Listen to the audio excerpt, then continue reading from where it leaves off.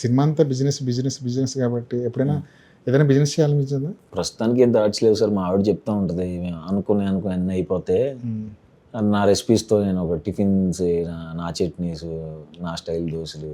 మీద నా స్టైల్ అంటే నాది కదా, మా ఆవిడ. అవునా? అంటే బాగా బాగా వండుతారు ఆవిడ? ఇరగదీసేస్తుంది సార్. భోజనం అసలు మామూలుగా ఉండదు. భోజనం కానీ టిఫిన్లు కానీ నెక్స్ట్ లెవెల్ చేస్తారు. ఏంటి ఫేవరెట్ డిష్? అన్నీ సార్, వెజిటేరియన్లు అన్నీ చేసేస్తుంది తను. నాన్ వెజ్ అయితే? నాన్ వెజ్ నేను వండుకోవాలి. మీరు వండుకోవాలి? నేను ప్యూర్ వెజిటేరియనా మీ మిస్సెస్? అవును సార్, ఓకే. Pure vegetarian. వెజ్లో అన్నీ అంటే వెంటనే అంత నాన్ వెజ్ మీద కూడా కాన్సన్ట్రేషన్ అది. ఎప్పుడో ఒకసారి ఆదివారం వస్తే వస్తుంది, చిన్నప్పటి నుంచి ఉన్న అలవాటు వల్ల.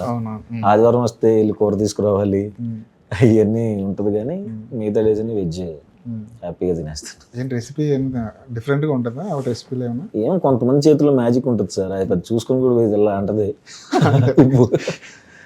సూపర్ టేస్ట్ ఉంటుంది. మనకి కీర్తి సురేష్ గారు ఉప్పుగాపురం షూట్ అప్పుడు అడిగారు, మీరు వెజిటేరియన్ అండి అన్న. నేను వెజిటేరియన్ అండి, మా వైఫ్ కూడా వెజిటేరియన్ అండి.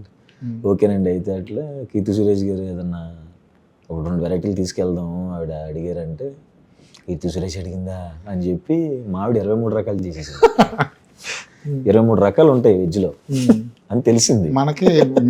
నాన్ వెజ్ అంటే చికెన్, మటన్, ఫిష్, ఫ్రాన్ తప్ప ఏం లేవు, అయిపోయింది.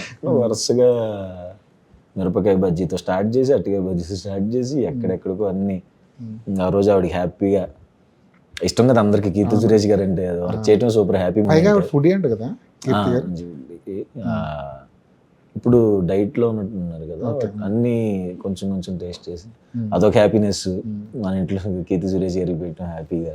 ఇంటికి సెట్కి క్యారియర్లు మోసారా?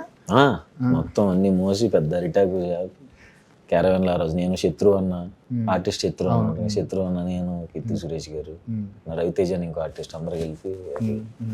ఆవిడ అలా అంటే చాలా ఫ్రీగా ఉంటారు. ఆవిడ చాలా మంచి వాళ్ళు. కీర్తి గారు ఇచ్చిన కాంప్లిమెంట్ ఏంటి? బాగా చేశారండి. అది అన్ని కాంప్లిమెంట్లు. ఇప్పుడు కీర్తి సురేష్ గారు అంటే ఏం చెప్పినా సరే బ్లెస్ అయిపోతాం. చాలా బాగా చేశారండి ఇలా తిరిగి అనుకుంటా. కానీ అదొక గొప్ప మూమెంట్ కదా, నేషనల్ అవార్డు విన్నర్ పక్కన యాక్ట్ చేయడం అన్నది. చాలా మంది నమ్మలేదేమో అప్పుడు. అవునవును. మీ ఇంట్లో నమ్మారు కనీసం? ఎవరు నమ్ముతారు సార్, నేనే నమ్మలేదు. అది కానీ చాలా మంచి ఎక్స్పీరియన్స్ సార్, ఆవిడతో వర్క్ చేయడం అసలు సూపర్ హ్యాపీ మూమెంట్.